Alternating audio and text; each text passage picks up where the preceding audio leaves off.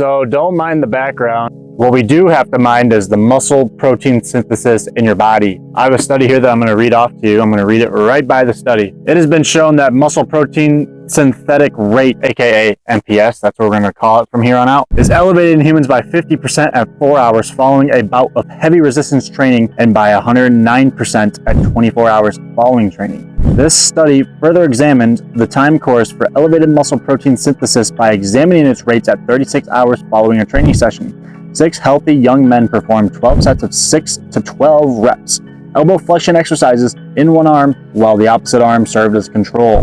MPS was calculated from the vivo rate incorporation of leucine 1,2,13C. The 13C stands for 13 carbon. The 1 and 2 refers to the carbon atoms in the leucine that have been labeled with a stable isotope of carbon. This isotopic labeling allows researchers to track how much leucine is being incorporated into the protein muscles. So they incorporated leucine 1,2,13C. They incorporated it into biceps brachii of both arms using the primed constant infusion technique over 11 hours, an average time of 36 hours post-exercise. MPS in the exercise arm had returned to within 14% of the control arm value, the difference being non-significant. It is concluded that following a bout of heavy resistance training, MPS increases rapidly. It's more than double at 24 hours, and thereafter declines rapidly so that 36 hours has almost returned to baseline. This rapid decline means that there's a critical window for maximizing muscle growth after a workout.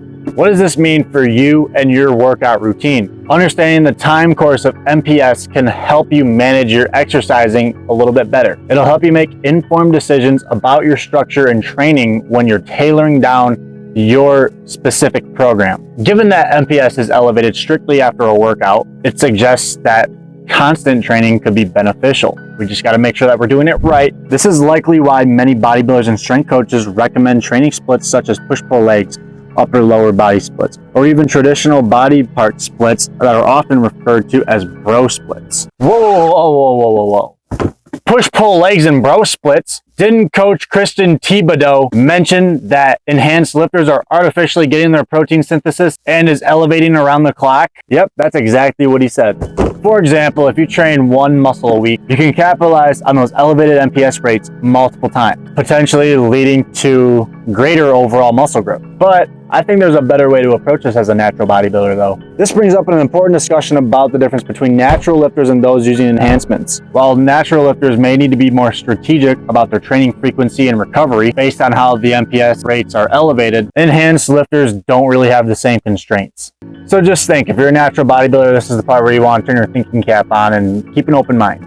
Since your body's protein synthesis activation peaks at 24 hours, shouldn't you be training more frequently? What are you going to do, push-pull leg split every single day? No, you're not going to do that. We're going to hit this with a more radical approach. You're going to have to make a decision for yourself if you're a natural lifter. Do you want to train full body or do you want to train upper-lower? If you don't mind training almost every single day, you can go with upper-lower.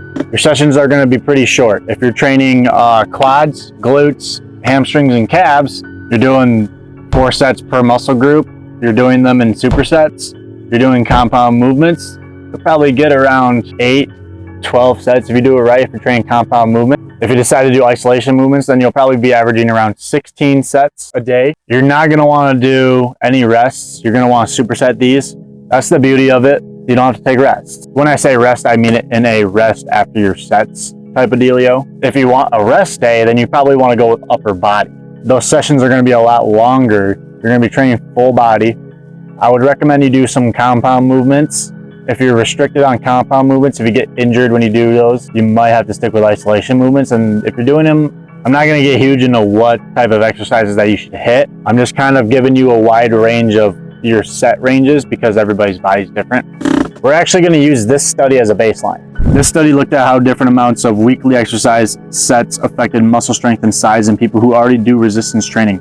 They divided the participants into 3 groups. One group did 12 sets per week, another did 18 sets, and the third did 24 sets. After 8 weeks, they found that all groups increased their strength, but the group that did 18 sets had the biggest improvement in back squat strength.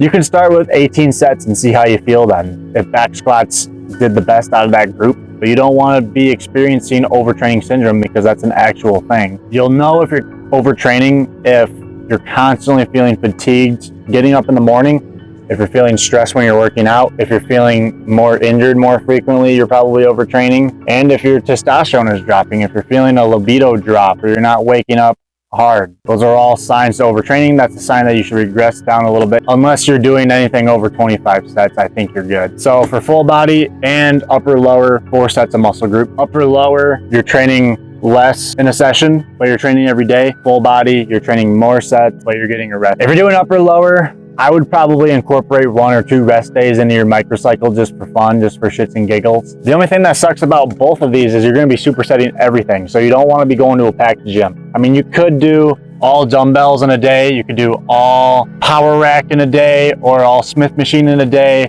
You could do all cables in a day, but it'd be hard to do all machines in a day unless you're going super early in the morning or you're going super late.